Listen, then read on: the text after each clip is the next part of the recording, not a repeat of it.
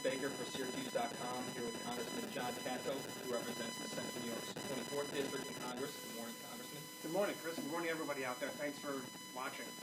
So we've got about half an hour today. We're going to be asking the Congressman questions that you've submitted via Facebook, via our site, and via emails. The Congressman has not seen the questions or been provided any questions in advance, and this is just a chance for you to interact with your elected official here today. So that said, we'll dive right in. I think the most frequent question we've gotten from people so far is about your announcement Friday that you won't support the current Republican plan to repeal and replace Obamacare. Can you explain how you arrived at that decision, and was there any single change to the bill that was a deal breaker? Well, I arrived at the decision by being consistent with my voting on this issue since I first started running for office back in 2014. I've always maintained that Obamacare, or the Affordable Care Act, has a lot of problems, and it's clear now, based on what we're hearing from the private industry, that by about 2018, it's probably going to collapse under its own weight if nothing is done. And we can't have that happen. So I applaud the Republican Party and the Trump administration for trying to find a solution. The problem is with this particular iteration this is the first in a long series of steps that have to be taken both administratively and legislatively to have the final ready. That's not going to happen for at least a year. So my point is, I've always said I'll never vote for a repeal unless a replacement's ready to go. It's clear to me that it's not ready to go, so therefore I'm going to be consistent. Now, substantively, I'm also concerned with what it might do to New York State, the hospitals in particular, the Medicaid in particular. This particular version is going to be capping Medicaid, and a lot of, under Obamacare, a lot of people went on to Medicaid to get their insurance. It's called Medicaid expansion. And it seems like the states that went to Medicaid expansion were really getting penalized in this whole deal more than any others, and that's what they were encouraged to do under Obamacare. So from a substantive standpoint, that's what I'm concerned with, but from a consistency standpoint, I'm not going to vote for a bill where I don't know what it's going to look like when we're done. I mean, we simply will not know what it looks like after this vote on Thursday. Speaking of Medicaid, there was a bill from Chris Collins, I believe this morning or recently, about mandating Medicaid basically back to the states. Have you taken a position on that? Right. New York is one of the few states where they push off a percentage of their Medicaid costs to the counties. Now, I know in New York State they've supplemented that by having a co-share with respect to state sales tax. But by all counts, it's a substantial amount of any county's budget. For example, Onondaga County's budget's $100 million a year or so is for Medicaid expenses. Representative Collins' bill would, it sounds like a good idea actually, and that is to mandate that states or counties outside of New York City and outside of major metropolitan areas cannot be on the hook for Medicaid payments. So therefore, it goes back to the state. So short term, it's a good idea. It's great for the county because it means less taxes, or substantially less taxes. But long term, I'm concerned with what's going to happen with the state as far as how they make up those budget gaps, because for New York State it'll be several $1 billion, but make no mistake about it, it's a good thing for the counties to have that burden lifted from them. Keeping with Medicaid, this question comes from Donna Alexander. How did you feel about the agreement Friday between the White House and conservative Republicans to change the Medicaid funding formula to a block grant for individual states? Yeah, that's one of the problems I have is again, I think it's we don't know how deep those cuts are going to be, and we don't know from a block grant standpoint. I don't have any problem with that, but they're going to be capping them. Where are they going to cap them, at what levels, and what's that going to mean for New York State? We just don't know. And that goes back to my original point. We don't really know how this whole bill is going to turn out, and we don't know what the long-term effects are going to be for New York State. So therefore, that's the reason I'm not voting for it. Okay. Another one. This is from Margie Creamer. We're going through these nice and quickly, right? All right. We got lots of them. Maggie Creamer asked, is there any single change to the American Health Care Act that would make you change your mind and support the bill before Thursday's scheduled vote in the House? No, I highly doubt it because, like I said, if I can just explain for a second, I'm going to get into the weeds a little bit here, but I think it's important for you to understand. What they're doing is, this is the first of 3 phases in multiple steps. The first one is to do reconciliation. And that allows us to go to the Senate and a simple majority vote. That only happens with budget-related matters. So the only thing we're voting on Thursday are things that are budget-related, the taxes and everything else in Obamacare that they're going to repeal. It's not a complete repeal, by the way. The second thing they've got to do is do what they can administratively. And the Affordable Care Act in its current form allows a substantial amount of leeway for the Secretary of Housing, or Health and Human Services rather. And last term with Obama's administration, they've had hundreds upon hundreds of major regulations related to how Obamacare is going to be carried out. And then 5,000 interpretive letters they also issued regarding those regulations. They're all going to be changed.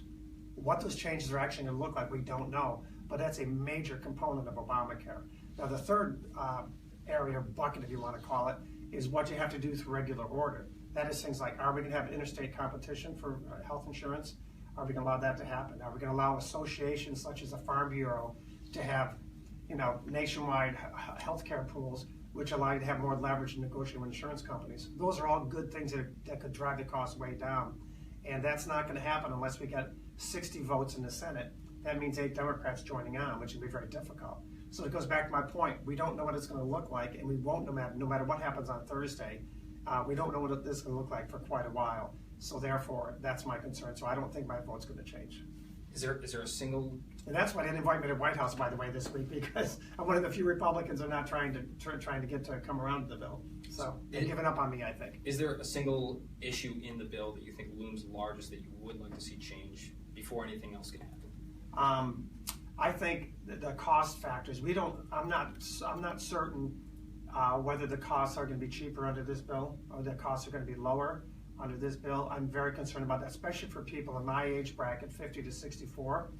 Under the current iteration, it looks like insurance is going to cost a heck of a lot more for people my age. And I'm concerned about that, but I'm also concerned overall about the provisions we're going to need through regular order down the road that are really going to help keep the costs under control, like the association stuff I mentioned, association pools and interstate competition. And we don't know if those are going to happen. So those are the things that concern me most. Let's move on. A few other budget questions that have come up. Sure. In the wake of the budget last week. The cuts, obviously, we've seen would hit home in central New York. This comes from Christine Barr, John Watt, and Emily Garrett all had the same question. Syracuse would lose more than $4 million a year for neighborhood and housing programs and other cuts that would be made locally to public broadcasting, home heating assistance, Meals on Wheels, and programs that support the arts. Have you taken a position on Trump's budget? And as Congress begins to debate the budget, what programs specifically will you be fighting for? Yeah, all of those. But I'll let me take a step back and let people understand what the budget process is. The president doesn't make the budget. We do in Congress. We control the purse strings. Okay, he can simply say yay or nay to what we do.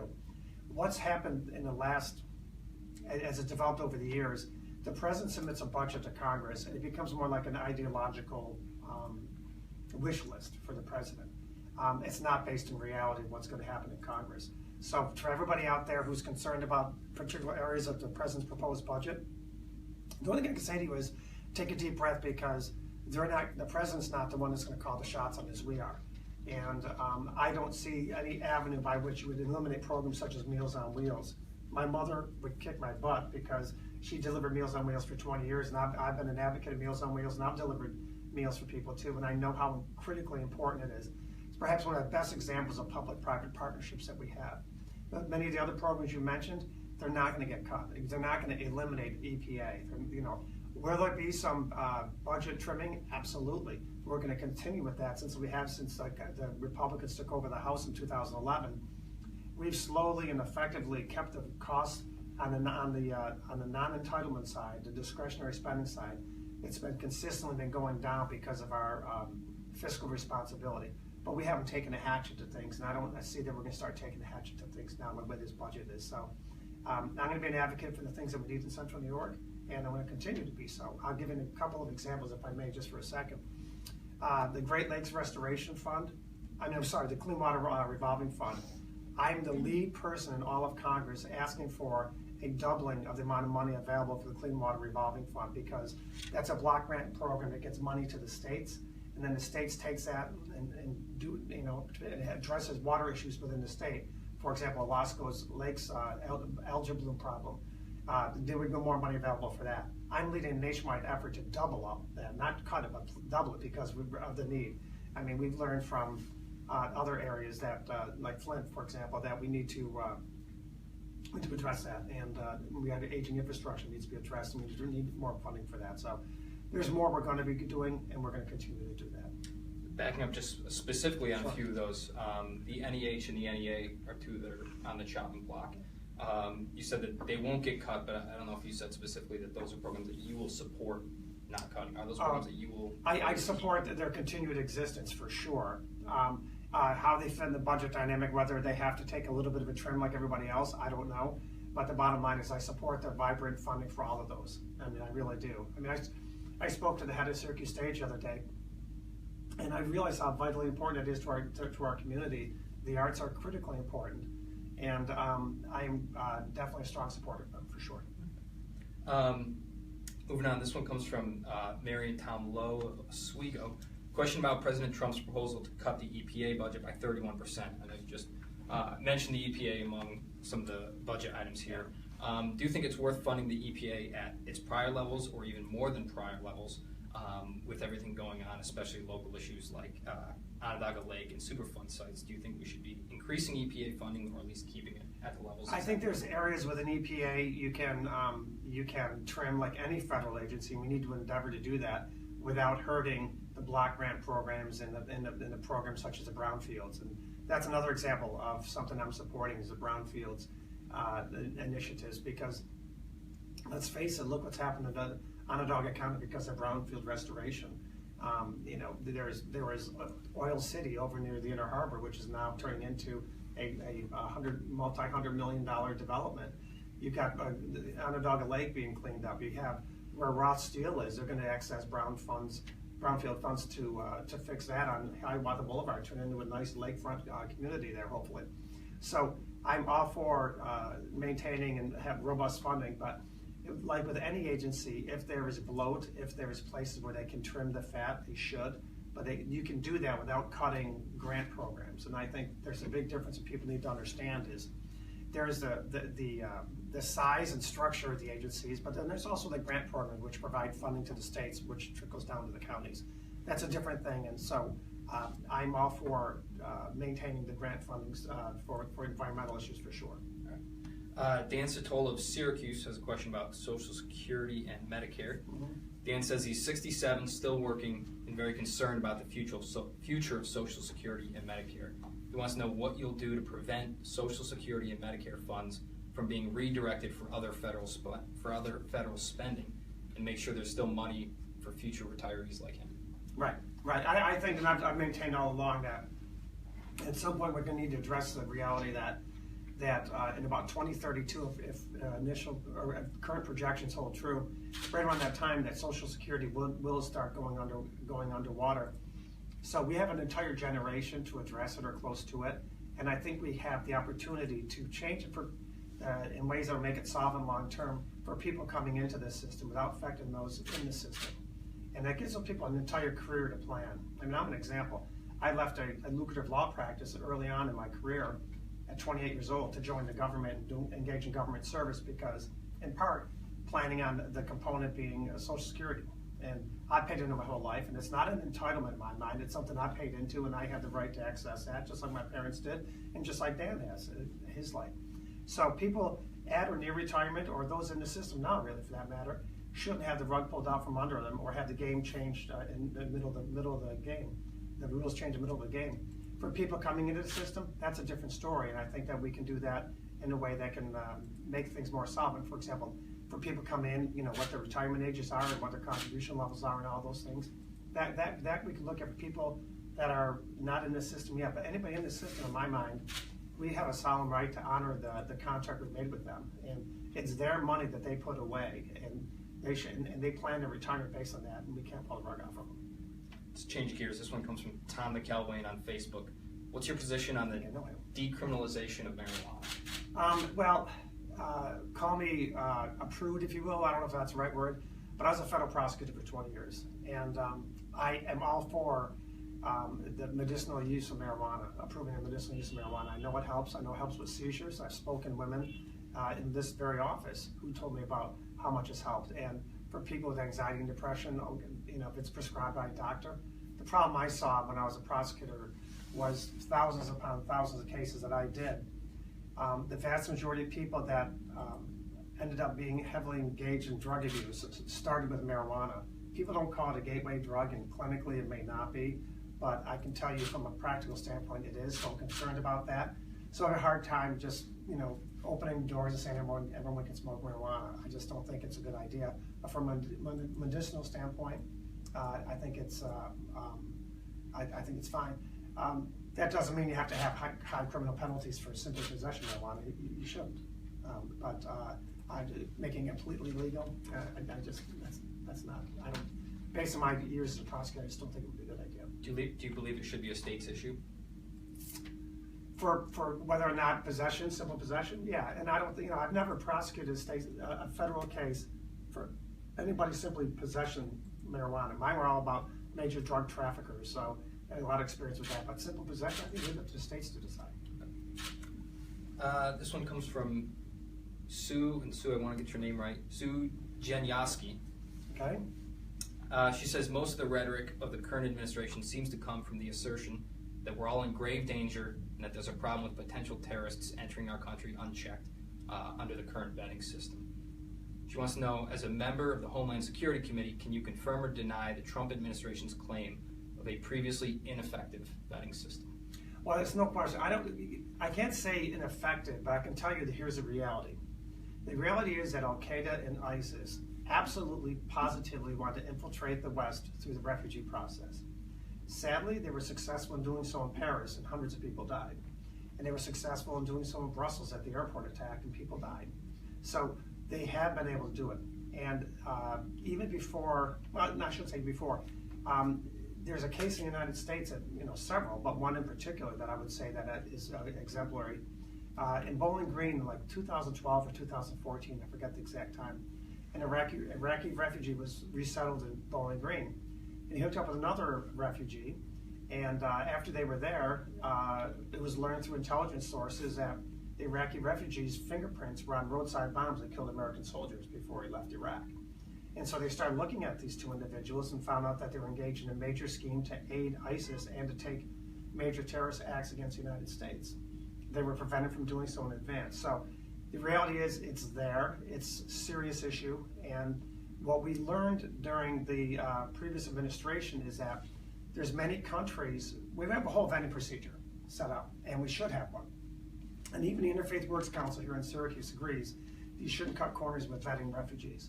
What we were learning from the previous administration is that they were cutting corners with vetting refugees from certain countries that were enumerated, some of which were enumerated in the executive order of President Trump, because they couldn't verify the information because, for example, ISIS controlled the territory. So they did different types of vetting.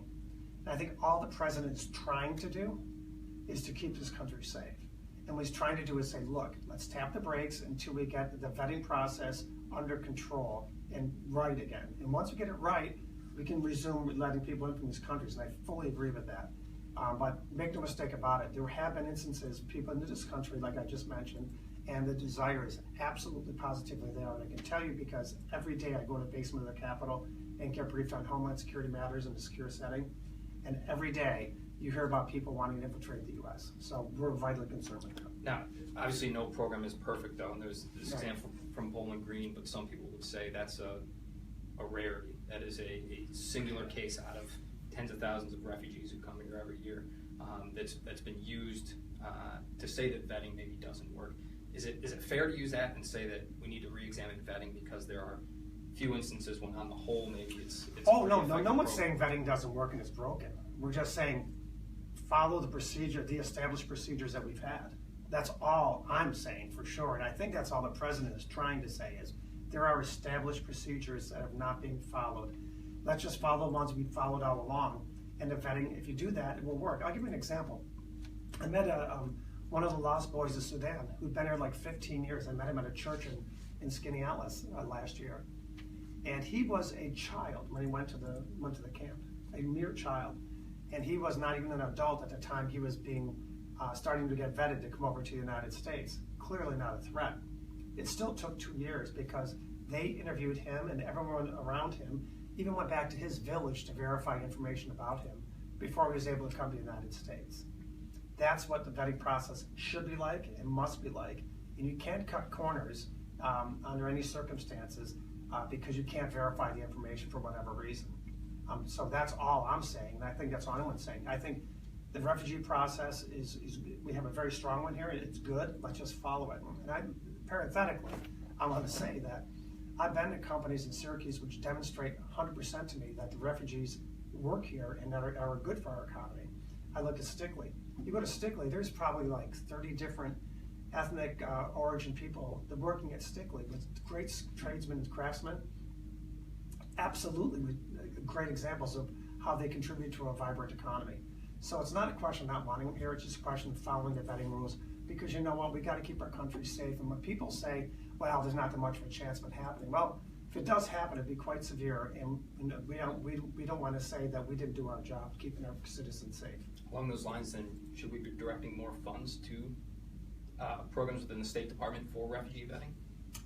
If necessary, and I think there's robust funding for that now. Yes. So if that would help solve the problem, of course. This one comes from Martha Viglietta of Pompey. She wants to know why you haven't held an in-person town hall meeting this year. This is one I'm sure have gotten a lot. She said she'd like to see something that's open for a public discussion on any topic. Isn't that what we're doing right now? Well, an in-person, her question is an in-person town hall meeting. Okay. She says she understands your concerns about potential raucous or rude behavior, but as a former federal prosecutor, she says you must be used to dealing with tough customers. Absolutely, but that doesn't mean the tactics are something that we should just accede to. But let's take a step back and take a look at what I've been doing. I'm doing the same thing now that I've been doing since the moment I ran for office in 2014. And it's not magically become a problem. It's a fabricated issue, I think, to some extent. I've had 20 telephone town hall meetings, each of which I reach out to over 100,000 of my constituents. And let's not forget, the constituents aren't from Syracuse, too. They're from Wayne County, they're from Oswego, they're from Cuba County, and you have to try and represent all of them and get access to all of them. And those telephone town halls, I've been told repeatedly how helpful they are for people because they don't have to leave their homes. They can understand the issues while they're eating dinner. They can listen, and that's a really helpful thing to participate. And there's questions just like this, very robust participation, and people can listen in and hear where I am on the issues, because ultimately what they want to know is, where are you on the issues? That informs you, right? And on top of that, I had 8 public public town hall type settings for things such as heroin. We have another one scheduled for Oswego. It's on the calendar. People can come. They know about it. And so we've never tried to dodge the public opinions.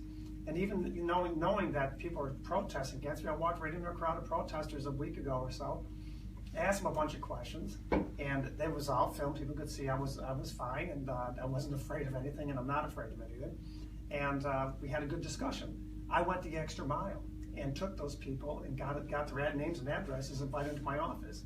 I got home on a Friday after the full week in Washington, invited them all to my office.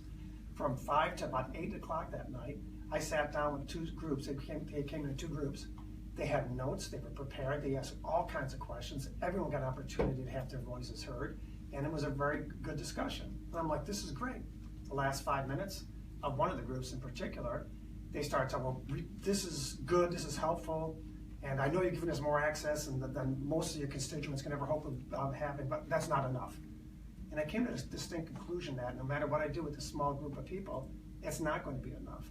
But the fact of the matter is, I'm going to continue to make myself available to the public. I always have, and I always will. I stop and answer questions for an hour when I go to Wegmans for people, when I go grocery shopping with my wife. I'm always out there in the public, always making myself available, and always will. And so I think this is kind of somewhat of a fabricated issue to some extent, because I'm always out there in the public. Fabricated by who? Well, I think some people that are really upset with what's going on in this country, and I understand and respect that, and I empathize with them. A lot of people were shocked that President Trump won, and a lot of people were surprised that he in the manner in which he won, and a lot of people are worried. Okay, I got that, but and that's why I'm making myself available to everybody as much as I can. I mean, since I started office, I think we've answered over 80,000 constituent requests now, on every possible thing from horse slaughter to where I am in the Affordable Care Act and everything in between. And for every single inquiry, they get a letter or they get a call response or something. And that's not including all the meetings I've had. This is just what my staff's responded to. So we are constantly responding to everybody and working our tails off to help people and help our constituents, and we're going to continue to do so. I think there is a vocal group out there that is clamoring for this. You know, they met Saturday at Nottingham. Do you think there is a point where you will say, let's have a town hall to put a rest to this? Because I don't think they're going away. I just told you I'm going to have an event up in Oswego. I'm going to continue to do that. So I'm going to be available, and they're going to have their opportunities to answer questions just like they always have. I've never dodged them, and I'm never going to. Let's change gears again. This comes from Phil Taro, who says he's a registered Republican from Cicero. As the parent of 2 children enrolled in 4-year colleges, he's concerned about student debt. Given that student debt is or will be the next economic implosion, what are your feelings on the subject? What kind of plan would you advocate for to address the problem? Well, I've done an awful lot. Last year, I think it was, I had a major conference up at OCC with all the local university heads, students from those universities, and the financial aid departments, and to talk about this very issue, because it is terrible. The amount of debt out there is crushing. And I've been a lead supporter of allowing people to refinance their student loans at lower interest rates. Under the current law, that's not always allowable. That's a huge problem. I think that just like any other loan, people should be able to discharge their student loans in bankruptcy if they end up getting in dire financial circumstances. I hope that doesn't happen, but let the market set the rate for what that loan should be, knowing that just like a house or a car or anything else, you can file for bankruptcy. So let the business sector factor that in. The fact of the matter is the government's involved in the student loan business, and it's caused the rates to go artificially high, way higher than the prime rate, and way higher than what I venture to guess I could get in the open markets with certain addresses. So I'm a very big proponent in, like I said, refinancing at lower rates, which would really help a lot of students, and many other things. Plus, taking a look at what's causing these student tuition rates to be so high nationwide, and so. I've been doing an awful lot, and I continue to do a lot more. All right, we're going to speed along because we're running out of time here just about. But we've got already? Wow. Paul Davis and Aaron Huddeman from Camillus and Wayne County. Want to talk about term limits. If you continue to be elected in every election, what's the number of terms you believe you should serve? And second, do you support an amendment to limit terms for members of Congress? Absolutely support the term limits, and I don't think you should be in Congress forever. I've seen too many people that are there for the wrong reasons or for too long. I think change is good. I would absolutely support it. I haven't thought about my self-imposed limits going to be, but I can guarantee I'm not going to be there for 20 years. There's no way. And I absolutely support a term limit. Some things I thought about conceptually would be somewhere along up to about a 12-year term in Congress, 2 6-year terms in the Senate. I think that would be consistent with the term limits we have on the President of the United States. If you can't get things done in that amount of time, you shouldn't be there. And I think that's something you could do. And I also think you should take a look on this House side. Whether a 2-year term in this modern day, with the complexity of our government, is such a good idea, or whether it should go to a 3 or 4-year term. In other words, you could have 3 4-year terms or 4 3-year terms, but make the magic number 12, for example. Something like that. And again, these are just concepts. This is not my hardcore proposal, but the general idea of having term limits, so absolutely support. This one comes from Mary Cislozniak. Sorry, Mary, if I butchered that. Brookford Road in Syracuse. Close, right? Not too bad. She says she's 75. She's voted in every election since she was old enough to vote. She says, I've never been more heartsick about the direction of the country. Her question, why aren't Republican members of Congress more willing to confront President Trump on some of the measures he wants to rush through Congress? Well, don't you think I'm doing that with the Affordable Care Act? My vote? Because I am. I'm one of the few Republicans who are standing up and saying I'm not voting for this because it's not ready and it's not what's good. So there are people out there that are standing up, and they will continue. But I think some of the heartsick that's developed has been because of his governing style, and which I understand some people get upset with that. But the substance of what he's trying to do, let's take a step back and take a look at that. He wants tax reform for the first time since Ronald Reagan, and everybody's clamoring for tax reform. He wants regulatory reform, which everyone says will lead to a stronger and more vibrant economy, and we're already seeing the economy doing better because of that. He wants to fix the Affordable Care Act. Now, I can quarrel with him the way he's doing it, but let's face the fact. If we don't do anything, people are going to have a rude awakening in 2018, so I applaud him for trying to do that as well. So there's a lot of good ideas he has. Some of the stuff in his budget they put up to Capitol Hill are foolish, and I wouldn't support those. So I think you need more people who are willing to stand up and say no to things that they disagree with, but also have the guts to say, you know what, he's doing a good job on this one. So I think there's a mix of it as far as I'm concerned with him, and I think we got to give him a little more time to see how he does it. Let's not forget, he's never been involved in politics before, so he certainly doesn't act like a politician, and that's going to take some getting used to. But I say to her and to everyone else, you got to have more faith in the governmental process, because there's an awful lot of good people in politics that want to try and do the right thing, and I would respectfully submit that I'm one of them that's trying to do the right thing. And the right thing doesn't always mean voting 100% on your party, which I don't. And I think you got to have the guts to stand up once in a while, and I'm going to continue to do that. All right, great. I think that's just about our time, so we'll leave it there. I want to thank you for doing this with us, and on behalf of our readers, thank you. Yeah, I appreciate it tuning in out there, but I think we should do this a little more often. I think it's great. Anytime. Yeah, man. Got our phone numbers. Okay. All right, thanks so much. Appreciate it. And thank you, folks.